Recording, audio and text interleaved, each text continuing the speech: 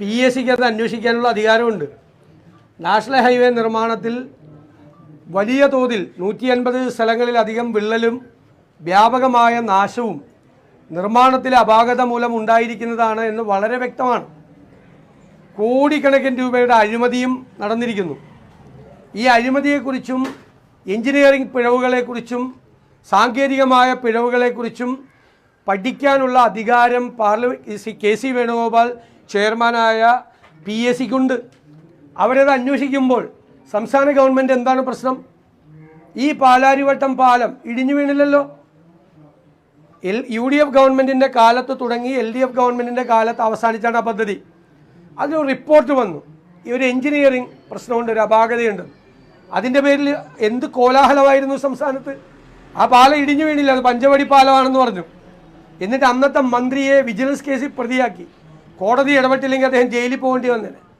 അത് ചെയ്ത ഈ CPM ഇപ്പോൾ സംസ്ഥാനത്തെ നാഷണൽ ഹൈവേയിൽ ഉണ്ടായിരിക്കുന്ന കോടിക്കണക്കിന് രൂപയുടെ അഴിമതിയും 150 സ്ഥലത്ത് പാലം തകർന്നതും ഒരു കുഴപ്പമില്ലെന്നാണ് പറയുന്നത്. ഒരു ഇരട്ടത്താപ്പാണിത്, ഇരട്ടത്താപ്പ്. പേടിയാണ്, കേന്ദ്ര സർക്കാരിനെയും BJPയെയും പേടിയാണ്. പഞ്ചപുച്ഛമടക്കി ഓച്ചാനിച്ച് നിൽക്കുകയാണ് അവരുടെ മുമ്പിൽ. അവരെക്കുറിച്ച് പറയാൻ പേടിയാണ്.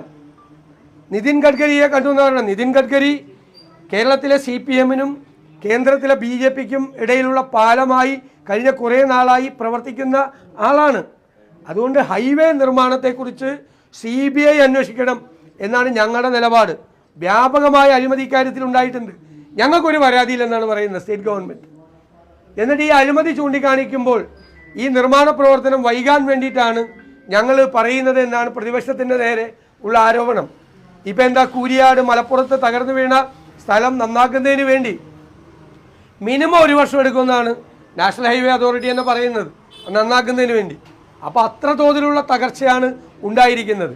ഈ അഴിമതിയും ക്രമക്കേടും മൂടി വയ്ക്കുന്നതിനുള്ള ശ്രമമാണ് സംസ്ഥാന ഗവൺമെൻറ് നടത്തുന്നത് എന്നത് വളരെ വ്യക്തമാണ്. ഈ സംസ്ഥാനത്തെ PSCയുടെ ചെയർമാനായിരുന്ന ആളാണ് 5 കൊല്ലക്കാലം. പാർലമെൻറ്റിലെ PSCക്ക് സംസ്ഥാനത്തെ PSCയേക്കാൾ കൂടുതൽ അധികാരങ്ങളുണ്ട്. KC വേണുഗോപാൽ അവിടുത്തെ ചെയർമാനാണ്. അതാണ് ഞാൻ പറഞ്ഞത്, PSCക്ക് ഇത് അന്വേഷിക്കാനുള്ള അധികാരമുണ്ട്. പാർലമെൻറ്റിൻ്റെ പ്രൊസീജിയർ അനുസരിച്ച്, ഈ കമ്മിറ്റിയുടെ പ്രൊസീജിയർ അനുസരിച്ച് അവർക്ക് ഇത് അന്വേഷിക്കാനുള്ള അധികാരമുണ്ട്. അതിനെ ഭയപ്പെടുന്ന എന്തിനാ ഇവരെന്തിനാ പേടിക്കുന്നത്? ഇവർക്ക് കൂടി ഷെയർ ഉണ്ടോ അതിൻ്റെ അകത്ത്? ഇവർക്ക് കൂടി ഈ അഴിമതിയിൽ പങ്കാളിത്തം ഉണ്ടോ? ഇവരെന്തിനാ പേടിക്കുന്നത്? അത് BJP സർക്കാരിൻ്റെ പദ്ധതിയല്ലേ. ആ പദ്ധതിയിൽ ഒരു പാളിച്ച വന്നപ്പോൾ ആ പാളിച്ചയെക്കുറിച്ച് അന്വേഷിക്കണം. പാർലമെൻറ്റിൽ എല്ലാ അംഗങ്ങളും ഉണ്ട്, BJP അംഗങ്ങൾ ഉൾപ്പെടെയുള്ള എല്ലാ അംഗങ്ങളും ഉണ്ട് PSCയിൽ. അവർ വന്ന് അന്വേഷിക്കുന്നതിൽ എന്താ തെറ്റ്? ഇവിടെ കേരളത്തിൽ അത്തരം അന്വേഷണങ്ങൾ നടത്തിയിട്ടുണ്ടല്ലോ ഇതിനു മുമ്പ്. അപ്പോൾ PSCക്ക് അധികാരമുണ്ട്. അത് ഭയമാണ്. കുഴപ്പത്തിലാവോ എന്നുള്ള പേടിയാണ്. അതാണ് ഞാൻ ചോദിച്ചത്. അധികാരമുണ്ട്.